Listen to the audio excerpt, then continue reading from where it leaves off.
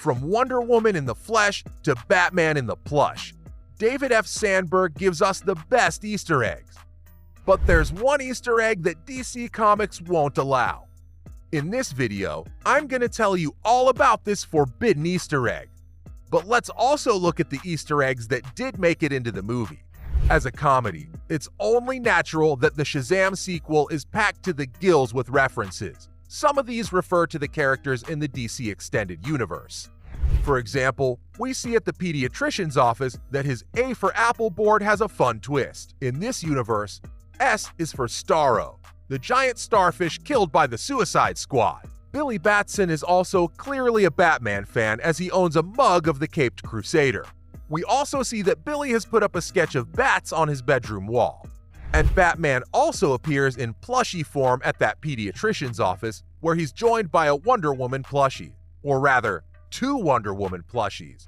As far as Diana goes though, Gal Gadot actually showed up for a cameo in the movie, which took things even further.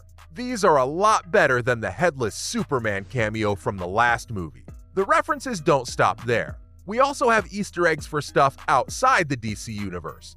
At the pediatrician's again, we have a raggedy doll that horror fans will recognize as Annabelle. Shazam also tells villain Hespera that she shouldn't underestimate because of his lack of experience. After all, he's seen all the Fast and Furious movies, including the ones featuring Queenie. Hespera and Queenie are both portrayed by the same actress, Helen Mirren. You can also catch a sign saying Fulci, a nod to Sandberg's horror hero, Lucio Fulci. And finally, the director shouts out his brother's video game iconoclasts on Eugene's t-shirt. These aren't game-changing references or anything like that. But Shazam isn't a game-changing movie. It wouldn't make sense to add a cameo or reference that would imply big things for the DCEU in this movie. I'm sure Sandberg had that in mind when he tried to push just a little too far to indulge a passion of his.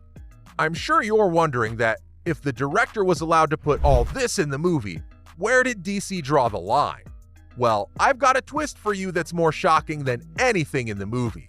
The point where DC put their foot down had to do with Detective Chimp. Wait, who? Detective Chimp, real name Bobo, is an anthropomorphic chimp that solves mysteries. He's even got the classic Sherlock Holmes look down pat. Bobo made his debut in the pages of The Adventures of Rex the Wonder Dog in 1952. You'll usually catch him solving crimes, sometimes calling on the help of the Bureau of Amplified Animals. Isn't that right, Detective Chimp? I get that you must not be taking this character very seriously, and I'm here to set the record straight. After being a mostly cameo character, Bobo had a bigger role in the famous Crisis on Infinite Earths. Since then, Detective Chimp's been popping up here and there in DC's comics. He's most closely associated with the Green Lantern and Flash titles. The Day of Vengeance storyline expanded his role even further, and he was a regular character in the Shadow Pact book that spun off from it. In the DC Rebirth era, Bobo the Chimp became a Justice Leaguer. Specifically, he was a member of the 2018 version of Justice League Dark, the team that deals with magic crises. DC has also explored alternate versions of the character in books like Tangent, Superman's Reign, DC 1 Million, and the blockbuster Dark Knight's Metal. Now I know what you're thinking. You're probably completely sold on DC's perennial crime-solving chimp. You're not the only one. Fans around the world are clamoring for a big-budget Detective Chimp movie, but DC isn't interested in serving you. After all, they wouldn't even let the character cameo in the Shazam sequel. What's up with that?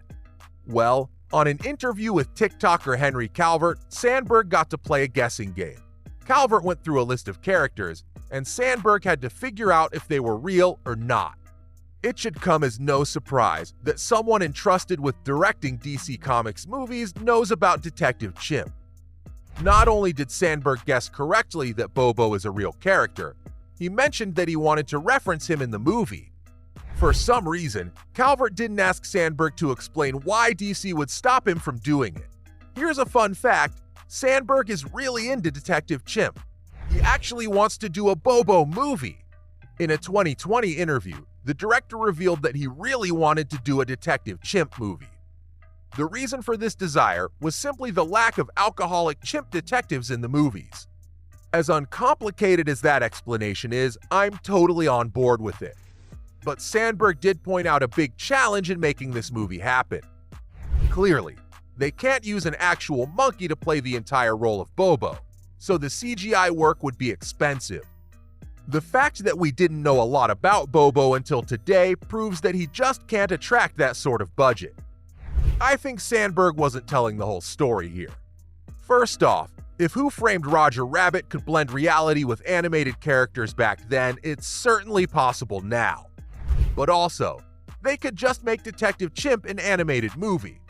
No, I say the real reason why this Chimp movie never happened is because the leadership of the DC movie franchise is just too stuffy. They probably think Bobo is too ridiculous to put in their movies, even comedic ones like Shazam. I guess they do have a point, considering that the foundation for this universe was laid by Zack Snyder. You know, come to think of it, that's probably also why the Bobo reference didn't happen. That leadership is on their way out now. Of course, I do have good news for all you new Detective Chimp fans. James Gunn has weighed in on this, kinda. When the new head of DC Studios had just taken on the role, he made a promise to DC fans. He tweeted out his vow that he will unlock the limits of our imagination, and there will be no more gorilla limits. Someone did ask him if that meant there was room for Detective Chimp in his DC universe. His response to that was Bobo is an ape, not a gorilla, so his earlier tweet didn't apply to him. Jokes aside, I do think Gunn would allow this movie to happen. For starters, he wanted to do a hit monkey movie for Marvel back in the day. He also included that weird and creepy weasel character in the Suicide Squad.